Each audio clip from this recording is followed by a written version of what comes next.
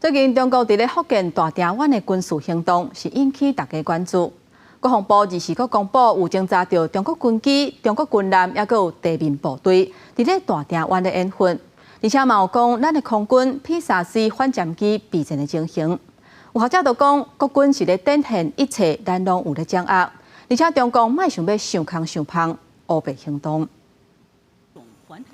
国防部24日公布查到强机9台强南8只伫台海周边活动，有2台第9反舰直升机伫东南甲西南空域出现，因为强军的动作真济。国防部嘛主动公布透早查到强军机舰甲地面部队伫东山大鼎湾区域执行演训，于东山大城湾区域执行演训，国军运用联合情监侦手段，严密掌握台海周边海空域动态。 适切应处。国军21日头一届讲到监控福建大鼎湾动态，学者分析，除了强机舰对台威胁，也有远程火箭甲火箭军部队，所以采用美军情报合作概念，同时也公开空军 P-34反舰机官兵伫暗暝警备执行舰备的作业状况。P-34的整备，还有机上人员的操作，这向国人呈现，我们可以有效的掌握共军的动态。那这样子的话，就可以。 就是吓阻敌人，同时也可以安定民心。这个时阵，也军事媒记录到，早起有一台中共运9通信指挥机飞伫海峡中线西边 M503的航路，有短时间甲国泰航空 CX366的香港飞上海民航机位置顶塔关度无共，好亲像要闪过咱方的侦测。